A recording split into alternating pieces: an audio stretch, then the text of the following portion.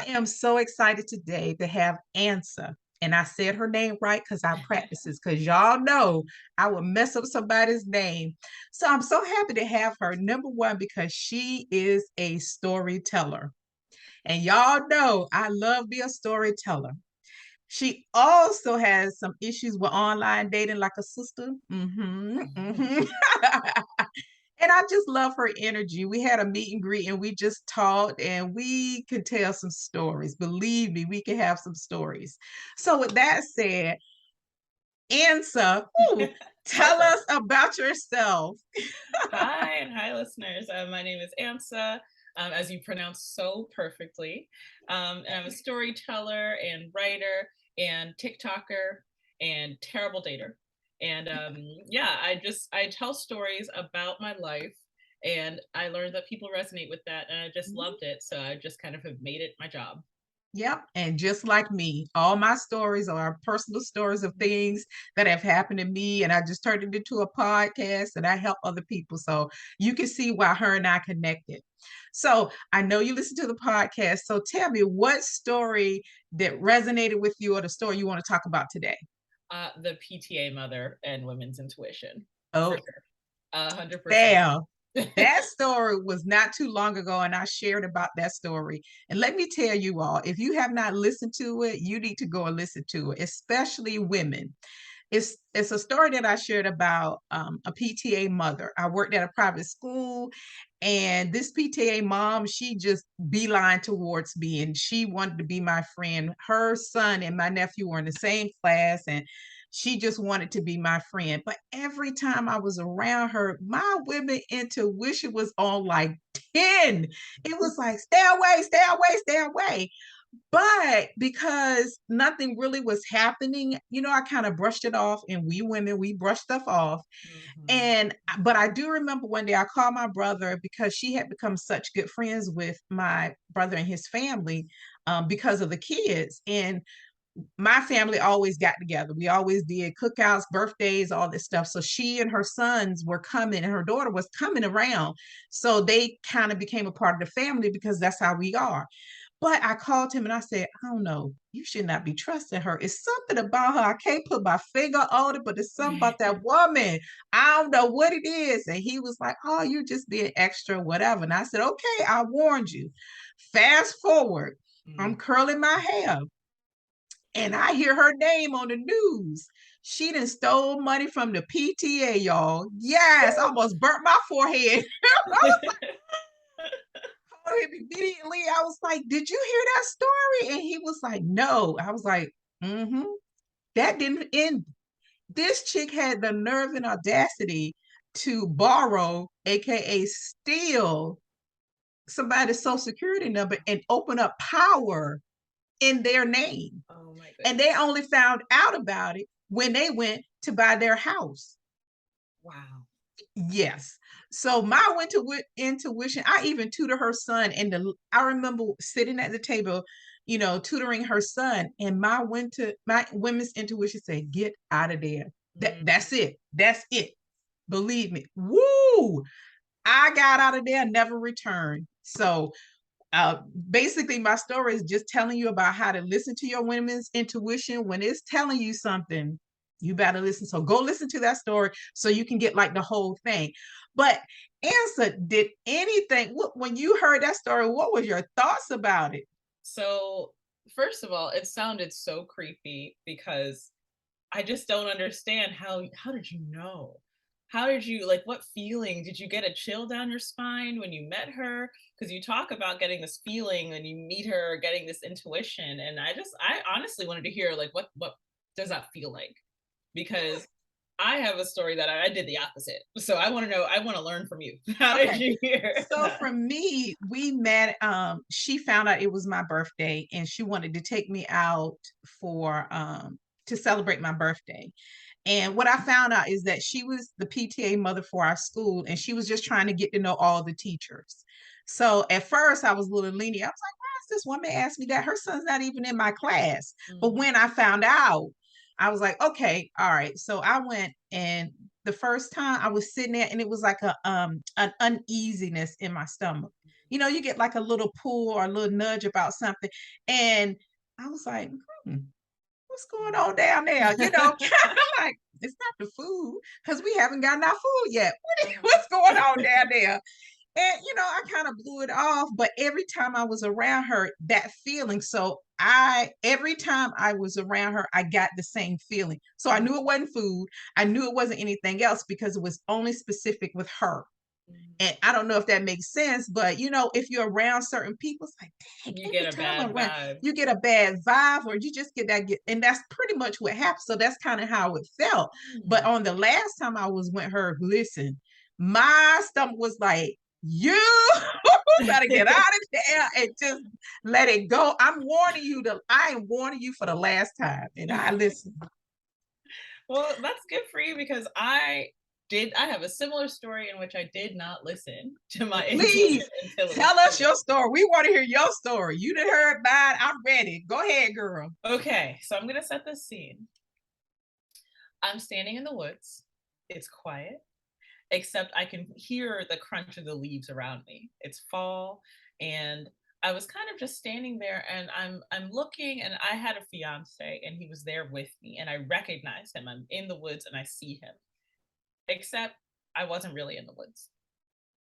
I was on a shamanic journey. So let me back up to how did I get here? It all started when I was driving up to upstate New York to a cabin in the woods. My ex fiance, so fiance at the time, I was telling him that I'm not sure I want to get married. I don't think it's Mm, right for me. I don't think we're compatible. And every time I tried to bring it up, he would just shut it down. And the time would go on. So we're engaged and it kept going. And I had really, it was more than cold feet because mhm. cold feet might be like, "Ooh, I'm nervous about this, but I'm still excited to marry you." This was, "I don't think I want to be with you. I don't think we're Oh my. compatible. I've learned more about you as time has gone on, and I don't think I want to do this forever." And we live in such a society that kind of tries to convince you to find Hmm. the one. And I Yeah. was like, okay, well, this guy, like, I was so confusing. And though I'm driving, and he's telling me, "Don't worry about it. When we get up," he's very calm. "When we get up to the woods, you'll be all right." Okay. So we get there, and his aunt and uncle's house. And his mom had warned me, stay away from his aunt. Do not let yourself be alone with her. Oh no. And I was like, I've met this lady before. She's nice. What do you mean stay away from her? It was a weird, and I had nothing in my head said, trust your gut, Oh because my my gut was telling me God. everything will be all right. Okay. So the first night there, we get there, we have dinner, everything's fine. And in the morning, I wake up and I can't find my fiance. So I'm walking around like, oh, where is he? And she pops up, his aunt. And she kind of pops up and says, "Do you want to see my art studio?" And I say, "Yeah, sure." She's an artist. And okay. So she walks me down this path in the woods to a cabin. And we walk in, and she's showing me around, and her art is beautiful, sculptures and portraits. Like, it's beautiful.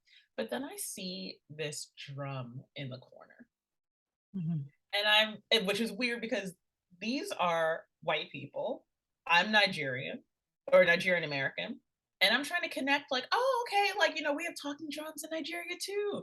And I said, "So do you play?" And she picks it up and she starts beating this drum. Oh Lord. And she says, "Have you ever been on a shamanic journey?" And I'm like, I don't know what that is. I thought shamans, I didn't know white people could be shamans. I don't know what this is. And she says, "Well, I'm a shaman. And have you ever been on a voyage?" She sits me down in this rocking chair and she starts rocking me back and forth. No. I'd have been out of there so fast. I'm sorry. I'm out. Deuces. Go My ahead. intuition still was like, this is weird, but what's the worst that can happen, right? Oh So my she's beating this drum and then she gets a little faster and I kind of like fall asleep. God. And then boom, I wake up and I'm standing outside. I don't know how I got here. Oh my I don't God. know what's going on, but I'm outside and I'm in front of the cabin. And there's like a little hill and I look up And my fiance's at the top of the hill and he's waving and smiling. And I'm thinking, okay, I'm safe. He's here. But then I see a fox between the two of us. Its body is facing him, but its head is turned all the way around looking at me, just frozen like that. And but it looks like it's kind of like beckoning me, like, come with me. So I follow this fox. Again, I am not trusting any intuition. I don't have any. We have it. It was probably screaming, "Get out! It was Get out!" probably saying, "Get out of there." So I follow this fox up this hill outside, and I follow and I go to my fiance, and then boom, we're in another room. We're in this nursery, and it's all white, and he's holding a baby and smiling at me. Now I knew I don't want children, but he had been trying to convince me to have children with him because he really wanted children and he really wanted to get married and everything in me was screaming, but I don't want children and I don't think I want to get married. So maybe this isn't going to work. And I had been telling him this and he had been saying, no, no, you do want children. You do want to get married. And I've been ignoring my intuition saying, Oh this my is God. not right. Leave anyone who tries to convince you out of yourself. Yeah. Yeah. So then suddenly we do the whole thing in reverse. And I'm sitting back in the studio, and his aunt is banging this drum in my face. And I'm rocking and I'm screaming and I'm crying and I'm hyperventilating. I don't know where I am, how I got here, how much time has passed.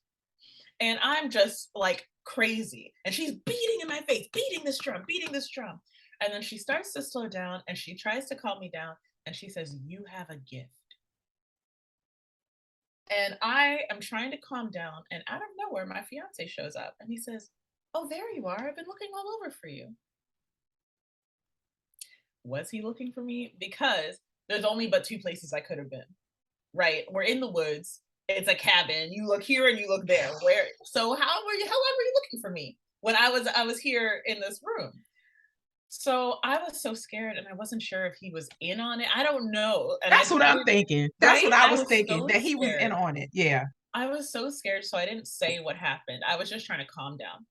So I walked out of the room with him and we went to dinner that night at his cousin's house. And I was setting the table. I was helping, prep the table. And on the plates were red foxes. I look down at the plates and I freeze. And his aunt, who I did not tell what I saw, she looks at the plates and she looks at me and she winks. Just winks. Ooh. So now I'm really freaked out and I don't know what these people are doing to me. And I've met all of them before. We've been together for a few years. I know these people, but this was too much. So I didn't tell anyone. Eventually, my instinct was screaming at the top of my lungs, don't marry someone you're not really sure you want to marry, right? It's the Mm-hmm. basic thing.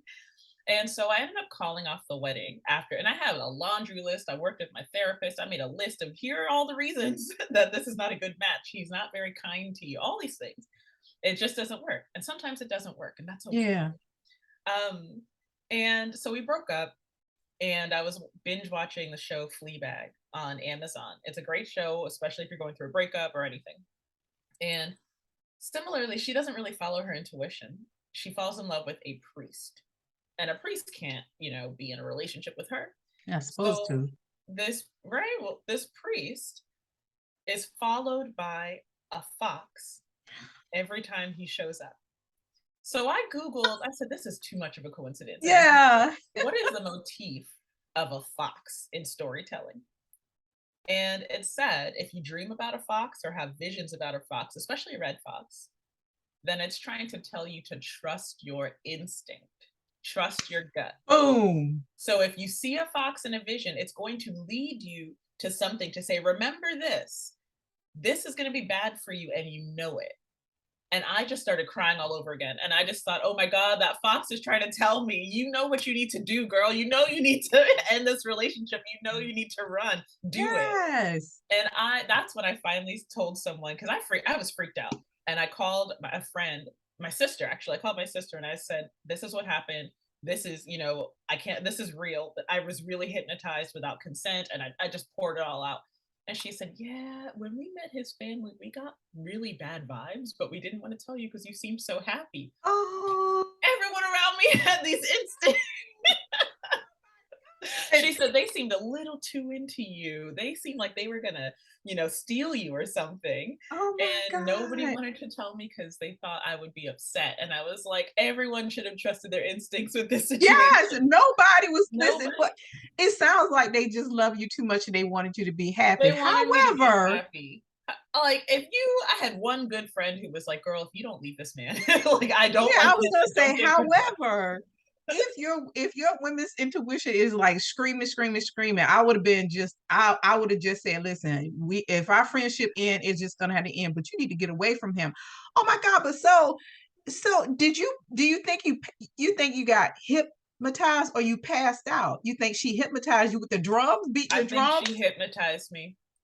I think she hypnotized me because when I came back from the woods, I was still in the chair, but I was rocking back and forth, and she was beating the drum really Oh, fast. trying to bring you back, Yeah. probably. And so I don't know, I must the whole time, but the vision seems so real. Like I just Oh. remember not knowing like where am I? Am I outside? Am I inside? And then it just felt like zoom, I'm back here. It was so unreal that I swear for a year and a half I did not tell a single soul because I was like no one would believe me. And even now I'm getting emotional talking about it because it was like the craziest thing to ever happen to me. I Well, was let me just say this, 2 things. I'm just gonna say 2 things that come to my mind. It's my podcast, and this is I love stuff like this. Number 1, what I get from what you just said is I think he took you there and had his aunt to try to convince you because he kept telling you everything was Yep, going to be all right. So he was trying to get her to convince you to go through with the wedding. That's why he wasn't around. yep, But number two, one of the things, I'm a God girl. And I think, God's in every story, everything that goes in through our lives, God is in the midst of it. I think God allowed you to go through that to get you in tune to your intuition mhm, because it kept telling you stuff and you've never forgotten that. And I am sure since then, you have been in tune a little bit more to your intuition. When yes. stuff happens, you like, oh, wait a minute, that happened back then. I'm out, or Yep, whatever it is. So, but prior to that, you kept pushing it off and pushing it off and yep, pushing it off. But then it's like something significant had to happen for you to get like connected, like, yep. woo. And for me, it was like, mm, The universe was mm, telling me that I needed to trust myself more yeah, because that yeah, there were so many red flags in the relationship that looking back, I'm like, why did I let it go for so yeah, long? It yeah, wasn't a good relationship. It was fun, but it was fun because I'm fun. It was nice because he was a nice person, but not every nice person. You don't have to marry every nice person you date. right, That's a yeah, big commitment. And it's funny because ever since then I started noticing red foxes. And there was a guy that I dated after that breakup, like later I dated, and he was like too good to be true. He was mm, perfect. He was beautiful. He was kind, smart, but it wasn't going to be. We were on different wavelengths, and okay, so I loved spending time with him, and it was so wonderful. And I was just so immediately like, yes, I like you. I want you to be in my life, even if we're just friends, because he was a very okay, good person. And on our first date, the plates were set down at the restaurant. His had a red fox on it, and mine had like an owl or something. But I looked at his plate. It's the first thing I noticed was this fox. And he saw me kind of tense up and he said, "Are you okay?" And I said, I, "I know this is going to sound crazy, but I don't know if this is going to work." Because look at that. because And, look at and a I, red fox. in the end, it ended in some heartache because I thought, oh, maybe I Mm, could make this work. And he had been telling me, he was very upfront. He had been telling me, this is what I'm looking for. This is, and I can't even blame him, honestly. He was, and even to this day, he's still one of the coolest, most kind, smartest people I've ever met. And he was so upfront and articulate about what he was looking for, and it wasn't what I was looking for. And it ended so sad. And I told myself the fox told me that I should have just lowered my expectations a little bit. Maybe I should have listened to my intuition and said, you yeah, know what, I should just be friends with this person because he's a cool person. But instead I yeah. tried You a tried to little push more. it, yeah. I tried to push it. So I have a question. So your ex-fiance, how did he take it when you said, "Listen, I can't marry you. This is it." How did he take it? Because he was trying so hard to get you to Mhm. marry him. I can't imagine that it went with ease. It didn't. He was very upset because, and I take some responsibility, of course, because when you propose to someone and they say yes, you expect that they want to marry you, right? So how we broke up was a little bit like waiting to exhale style, where I had it, and I just said, "You need to get out. You need to get out, get out." Like everything in me came together, and I found the courage to just say it. So he wasn't particularly nice to me all the time, and Okay. he would tell me to shut up and things like that, Mhm. and which is like, that's a no. You don't tell some talk to me You like someone you love, right? And right. he was, I had been kind of taking it, and I didn't notice that there was some abuse there. I didn't notice. There are signs of abuse that you don't notice. You just think Mhm. maybe they're just mean. Maybe Or they're you make excuses for it. Yeah, you Like make you just said, you excuses. make excuses because Mhm. it's something that you think you really want. Yeah. Exactly. So I was making excuses, and the reality was that there were so many times throughout the relationship where I would say, "Hey, I don't think this is working. You know, I think we should break up." And he would say, "Oh, no, no, no, no, no. You don't really think that." And he would gaslight me into staying a little longer. Then a Mm. little longer would come, and he'd say, "Well, we're still together. We should move in together." And I'd say, "Well, I mean, we have been together for a year. Okay." So we move in together. And now that we're moved in together, a few months later, he'd say, We should probably get married. We've been together a long time." And I would say, Well, I mean, I guess that makes," and it kept going and Mhm. escalating. So when we finally broke up, understandably, he had built up this whole plan in his head. But the whole time I kept saying no, no, no, but I was doing Yeah. yes, yes, yes. So that's not fair to him or myself. So he didn't take it very well. His first thing was he thought I wasn't serious and I needed some time. And I had to really put my 2 feet down and say, "No, I mean it this Okay. time. I'm being very serious. I'm not going to ignore my instinct anymore. I do not want to marry you." And Okay. he didn't take it very well, and he tried to be nice suddenly and tried to Mm. kind of, and I sent him a final he emailed my mom and Oh everything. my. That's off limits. Don't I said no. Yes. And I'm an You're adult. marrying me, not Yeah. her.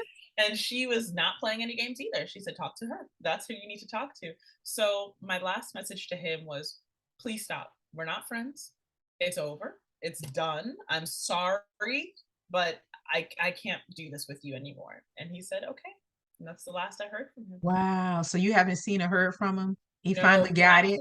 he moved because Oh, he used to tell me if we ever broke, I would say, "I don't think this is working." And he would say, "Well, if we broke up, you'd ruin my life. And I'd have to leave the city because, no one else would want me in this city. So I'd have to move." And I felt so guilty, like, "Oh, okay." And when we broke up, oh. he moved.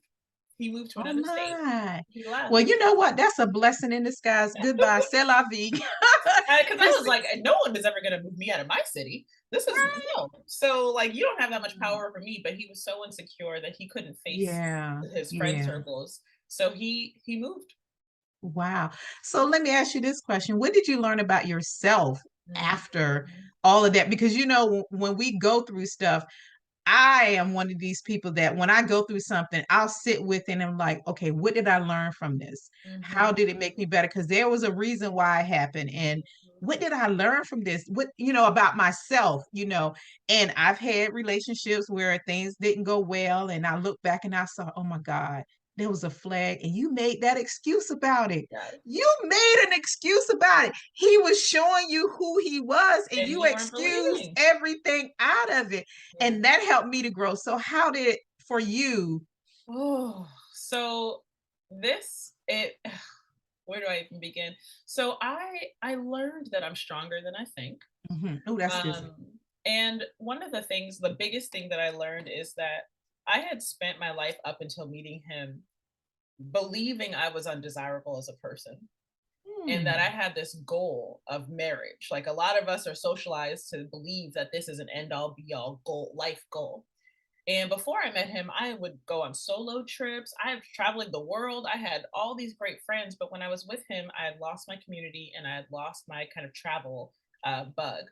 And after that, I started to rebuild my community. I went on maybe 6 girls trips. I left the Yeah. country during the pandemic. I traveled as much as I could safely, and I kind of regained who I was. Oh, good. And I learned that I am a whole person regardless of relationship status. Mhm. I am worthy of love regardless if anyone else validates that. I validate Absolutely. that. And I learned that I don't think I want to get married. I've been married. I was married very young, and I got divorced after a 10-year relationship. That's how young we were because I'm Wow. 34 now. So and that was like we just grew apart. We grew up and out, and that was a actually a pretty fine breakup. But I hadn't yet learned my lesson with that one. And I Okay. needed something to jolt me into realizing that I can't spend my life chasing validation from other people. I need to accept and learn that I am beautiful inside and out. I'm Yes. a catch, whether people tell me or Mhm. not, I know I'm a catch. That's right. And yeah, and that I can actually turn people down. That was a lesson I hadn't really learned. Yeah. I can turn Yeah. people. I used to think, oh, well, I'm just so lucky. How often do you get two people who want to marry you in a lifetime? But it's easy to get people who want you to fill a void in them. Mhm. That's easy. You just need to be a warm body. It's difficult to get someone who sees you for who you are and loves you for who you are and wants all of you. And until I meet someone who reaches the bar that's way up here, I'm good on my own. That's what I learned. I love that, and I think I feel like that's why we go through three things. Because once we go through something and we come out of it, if you go back and look at it and you like, okay, you know what? I am strong, just like you said. I made it through all of that foolishness. Yeah, I made some mistakes, but I'm learning from my mistakes, and Mhm. it's helping me to be a better person. And I was kind of like you because I'm fluffy, and I'm like, Quite I fluffy. used to think, huh? I said I'm quite the fluff. I'm fluffy myself. So I used to think, anytime a man paid attention to me, it was like, oh my God, somebody's paying attention to me. And, I would be like all in. But I'm like you, I was like, wait a minute.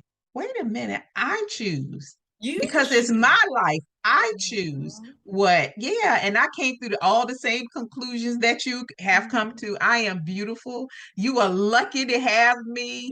I, Yes. I think that is so great. But I had a question Uh-huh. that I wanted to ask you. I know you're a storyteller because we both are storytelling. And for the very first time, when you got on stage, because I know the very first time I got on stage, I actually had a good experience. It did not, like, I wasn't nervous or anything like that. I got up there because in my mind, I felt like I belonged there. Yep. They wouldn't have asked me if I didn't belong there. So your first time telling a story as a storyteller, getting on stage, how did you feel? I felt like I was home. I've always liked being on stage, I'm like that person, but I can shut it off. The minute I walk off the stage, it's like I had disappeared for a few minutes and then I came back to life. And I love getting on stage and talking to people. And the first time I actually was on stage was if you're in the DC area, and I believe it's a worldwide thing, but DC area, it's called Smut Slam. Have you heard of this? No, but I've done a couple of shows in DC area. I was at Yeah. the Black Cat and I was at Oh, wonderful. yeah, I performed at the Black Cat before, yeah. So Smut Slam it's like the moth. It's a sexy Oh, storytelling yeah, yeah, yeah, yeah. competition. Mhm. And I started with my storytelling because I started dating later in life after my divorce. I married the first person who asked me out.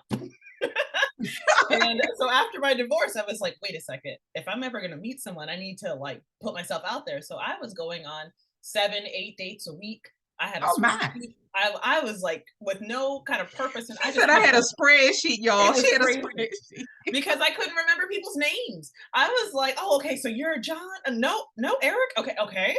It was a mess, and I didn't know what I was doing. And I was also having this kind of like physical sexual awakening, and so I would tell my friends these things because I was so naive that I didn't know like what was cool, what was not cool. I was just say, "Hey, I did this. Was this okay?" And so a crazy thing happened to me where I accidentally left a trail of condoms down the street. That is a whole separate story. And this man found them and followed me home. And it turns out he was, thank goodness, very handsome, very well, like well to do. It was fine. I was safe. I'm alive to tell the story. So I got on stage and I just told the story as it happened and I won. And that just was like, okay, I'll keep telling Wow. these stories. Yeah. Yeah, that's kind of with me because all my stories are personal stories. So every Uh-huh. time I'm performing anywhere, doing anything, I always tell my personal stories. And I find that, my life was pretty, it was rough for me, but it was pretty daggone funny. It was pretty fun. Exactly. It Pretty was pretty funny. funny. So I don't want us to run out of time. So what I want you to do is let everybody know if they want to, reach you or tell us what you got going on in your life and all that Yeah. here. Just tell us about where you are and what you're doing. Of course. So the two big things for me are TikTok and my Oh, newsletter. I love TikTok. It's the jam. So if you want any information on me, it's ansaedim.com/everything. That's my full name, ansaedim.com/everything. There you can subscribe to my newsletter, Red Flags, that goes out every Friday. And it's just a list. It'll start maybe with a little story, but it's a list of 5 red flags to think about that week. That's it. Just 5 red flags. So, and you can share it and send it to anyone in your life that you might be like, you went on a date with someone who showed up with no shoes on, which happened to me once. That was a red flag. I don't think that was a billboard. That was not a sound Or flag. That it was a was a great big sale. It was billboard. It was crazy. like a billboard. Go away. No, no, It was no. a neon sign. So I have that, and then I'm also on TikTok under at Ansa with some underscores, maybe 5 underscores. But if you go to ansaedit.com/everything, you'll see every way to follow me. My newsletter is really the fun way. TikTok also is a secondary fun way. So ansaedit.com/everything. And if I have any shows coming up in DC, you'll be able to see them there and be able to buy tickets. Great. I will make sure that I have all that information up there so people can find you. I'm telling you all, wasn't she awesome? I'm telling you, storytellers are like the best people because we come with some stuff. So I just want to thank you again, Ansa, for being here. Thank you for sharing that story. And Thank you. listen, Thank you so much, Valeria. yes, it has been amazing. Okay. Thank you so much. You're We'll talk welcome. soon.